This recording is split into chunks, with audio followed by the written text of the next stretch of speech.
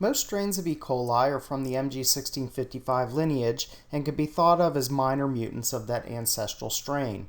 When people speak of the E. coli chassis, they are generally referring to this and other lineages that are indistinguishable from each other in terms of the central dogma processes. Any particular strain is often referred to by a genotype. It is a shorthand way of describing genome modifications present in that strain relative to MG1655. A long list of genotypes is available on Open Wetware, and yet more are detailed at the CGSC.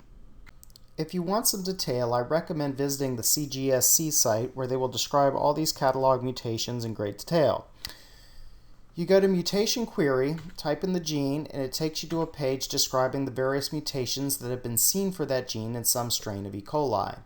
You can then click on one of these mutations to see a description of what it is in more detail.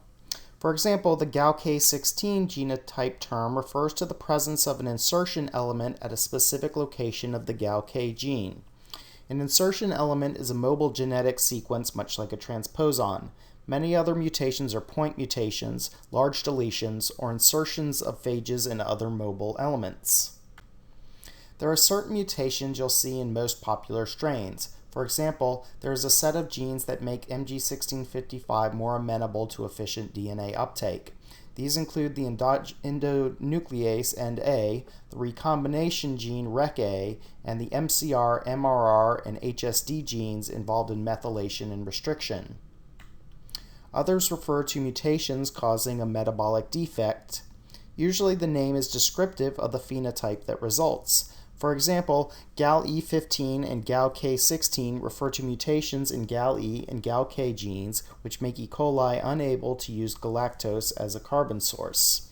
The ARA-D mutation is a defect in arabinose utilization.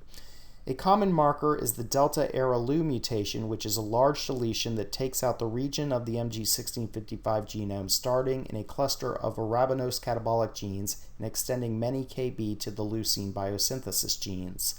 Thus, arabinose catabolism, leucine biosynthesis, and several other processes are absent in this strain.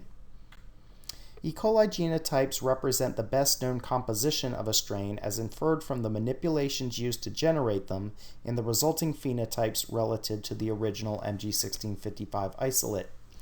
Very few have been verified by sequencing, but a few have.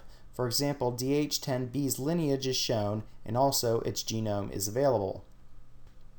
When you compare the genome sequence to the genotype, you find many mutations that aren't accounted for. Presumably, most of these mutations have no phenotypic consequence and potentially can be ignored from further consideration. However, it is not uncommon to find that a particular strain has unlisted mutations that affect specific processes.